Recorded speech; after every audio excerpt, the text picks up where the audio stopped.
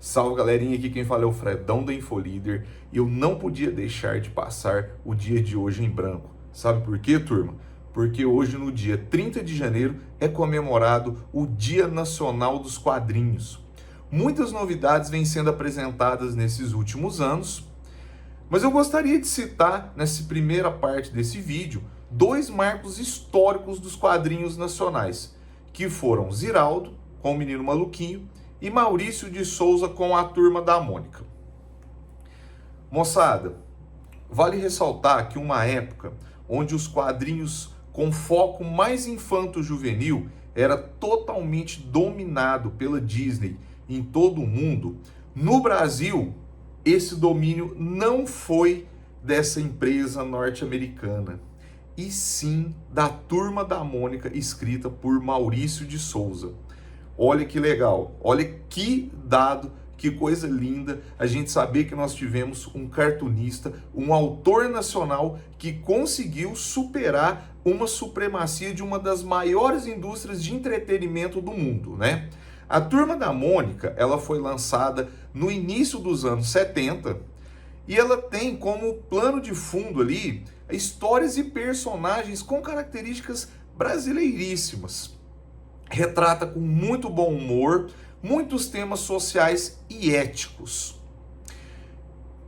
Em pouquíssimos países houveram esse tipo de concorrência da Disney, né? E como eu já disse, Maurício de Souza conseguiu superar a venda das revistas, desses quadrinhos, aqui em solo nacional. Só para vocês terem uma noção, já foram vendidas mais de 1 bilhão de revistas e esse número só vai aumentando porque as publicações utilizando o tema Turma da Mônica continua sendo produzido através da Turma da Mônica Jovem, que é um foco mais voltado para um público adolescente, né?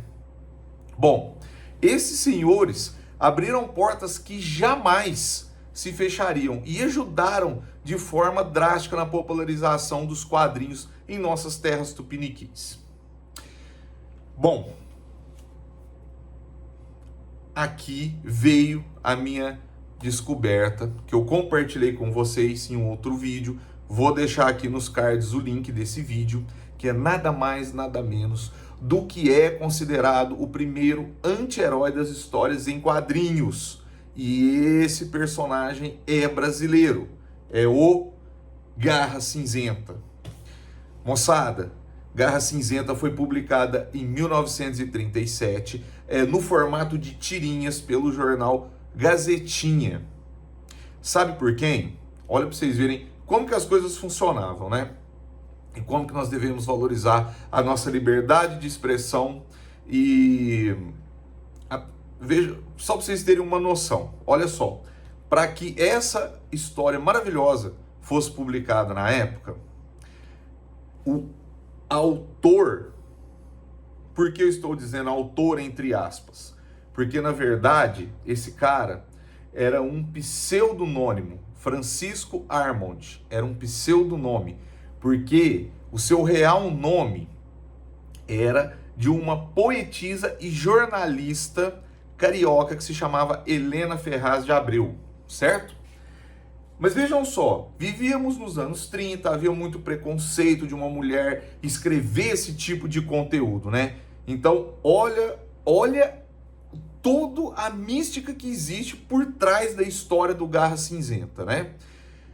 Então, e como eu já disse, o Garra Cinzenta, ela é considerada um dos primeiros, se não o primeiro anti-herói dos quadrinhos a nível mundial. Brasileiro, 100% confirmado, tá? Bom, moçada, em 2021, o Luciano Cunha, que tem também seus heróis autorais, Doutrinador e Destro, ele fez uma releitura dessa história do Garra Cinzenta e, infelizmente, até o momento temos só a primeira edição, tá? Espero que o Luciano Cunha dê continuidade nessa história aqui, que foi muito bem elaborada, muito legal, né? E por falar em Luciano Cunha, galera, eu também tenho um vídeo falando sobre as edições, as HQs publicadas pela sua editora, que se chama Super Prumo, que, na minha opinião, ele é um dos melhores autores de quadrinhos, cartunistas da atualidade, tá? E eu vou falar para vocês por quê. Porque eu acho que ele representa uma visão, claro, que assim, uma visão da direita, uma visão política um pouco exagerada e um pouco violenta, mas, consequentemente, o foco do tipo de leitura já são jovens adultos e adultos, né? Pois é, dentro desse conceito, ele possui dois anti-heróis, Doutrinador e Destro. Doutrinador acabou se tornando muito famoso e em 2019 ele teve um filme e também uma série que foi exibida pela Amazon Prime. Um dado curioso sobre o Luciano Cunha é que ele foi discípulo do Ziraldo e ele fez parte da equipe do Menino Maluquinho. Moçada, voltando a falar um pouquinho sobre Doutrinador, olha a capa aqui, ó, dessa edição, que linda, ó, definitivo, né? Essa aqui engloba o Doutrinador publicado de 2013 a 2018, é uma compilação, e tem mais uma edição que o foco foi uma doença viral que destrói toda a economia a nível mundial, né? Uma referência ao Covid-19 que foi publicada, se eu não me engano, em 2019, tá? Eu tenho um vídeo falando sobre isso, tá aqui também no card. Então a história se refere a um Brasil dominado pela corrupção e o Doutrinador é um ex-soldado revoltado com tudo que está acontecendo. E sabe como que ele extravasa sua revolta? Matando os políticos e seus apoiadores. Bom, realmente, né, é uma ficção e definitivamente não é um ato que deva ser replicado.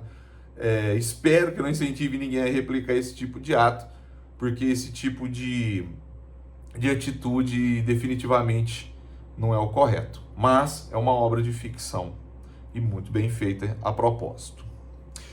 Moçada, a última HQ nacional que eu li e gostei muito do conteúdo dela se chama Brado Retumbante. A autora se chama Nádia Ferreira e Fernando Depp.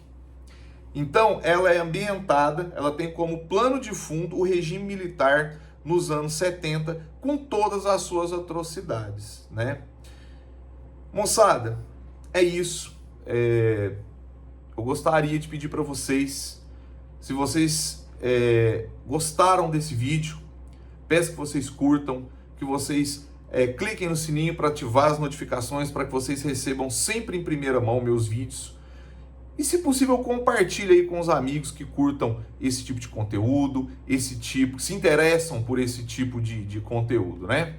Então, eu vou ficando por aqui. Um abraço para todo mundo e aproveitem esse dia 30 de janeiro e comemorem essa data cultural, que, na minha opinião, é extremamente importante para a nossa cultura nacional.